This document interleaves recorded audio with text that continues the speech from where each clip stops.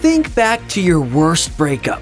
Raw emotions, hurt feelings, and all. Now imagine someone puts you and your ex together, sticks a camera in your face, and tells you to make with the romance. That was the reality for these former Hollywood couples.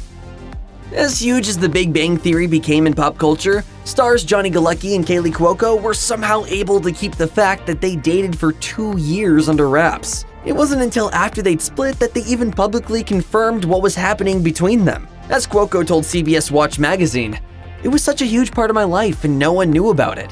It was a wonderful relationship, but we never spoke a word about it and never went anywhere together." After the two called it quits in 2010, the intensity of their characters' relationship only increased, with their characters walking down the aisle not once, but twice.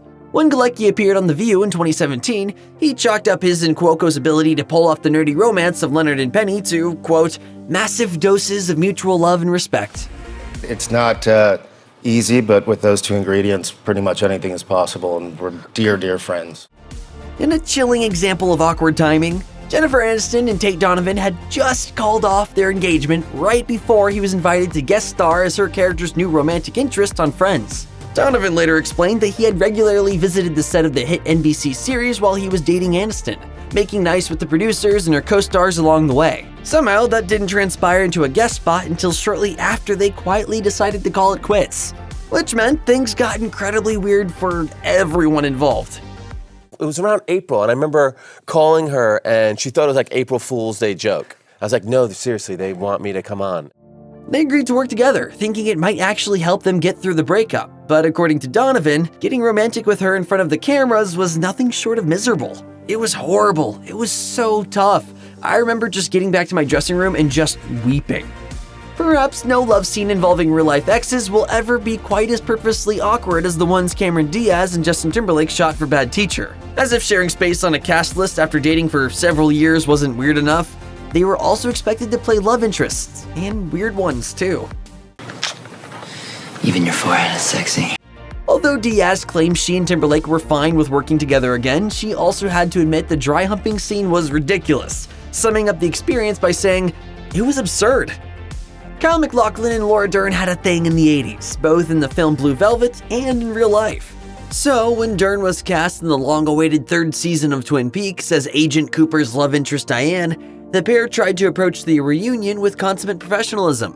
When it came to their big hotel love scene in the series finale, MacLachlan told Ellen DeGeneres, "David Lynch would sit down and say, 'This is what you're going to do,' and he talks you through it, so you feel pretty comfortable.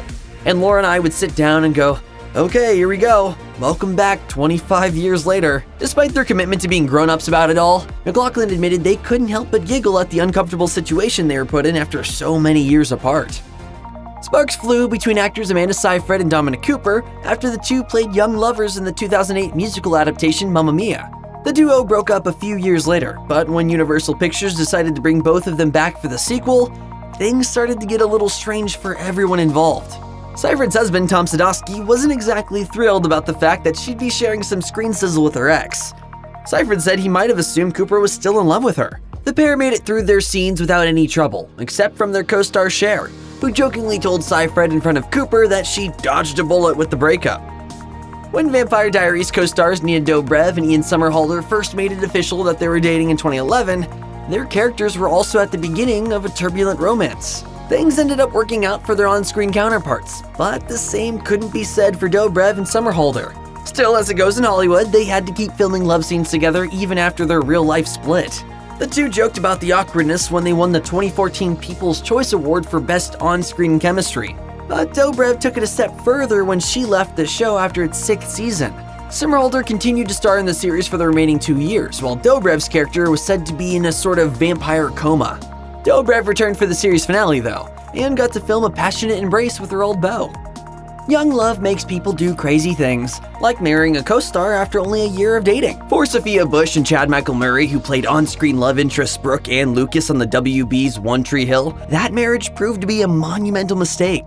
Their union lasted just a matter of months before they separated, but they still had to pretend to be madly in love with one another for the soapy teen drama. However difficult it could have been, Bush maintained at the time that she was a strong girl who could easily keep her personal and professional interests separate. Look, at the end of the day, we're grown-ups. When Jennifer Garner was expecting her first child with Ben Affleck, she and producers agreed to write her pregnancy into the plot of Alias. Writing in an off-screen pregnancy is nothing new for TV productions, but it was made a bit awkward since the fictional father of her bundle-to-be was supposed to be her longtime love interest on the show, Michael Vaughn, who was played by none other than her real-life ex-boyfriend Michael Vartan. The two had dated for a few months after Garner's divorce from Scott Foley and before her marriage to Affleck, so it must have been weird for Vartan to share kisses with his ex while she was very visibly expecting her next love's little one. To his credit, Vartan spoke nicely about Garner's growing family, keeping it simple and civil by saying it was all very cool. Blake Lively and Penn Badgley dated on and off screen for 3 years during Gossip Girl, and when they broke up in real life, it definitely had an effect on their on-screen chemistry.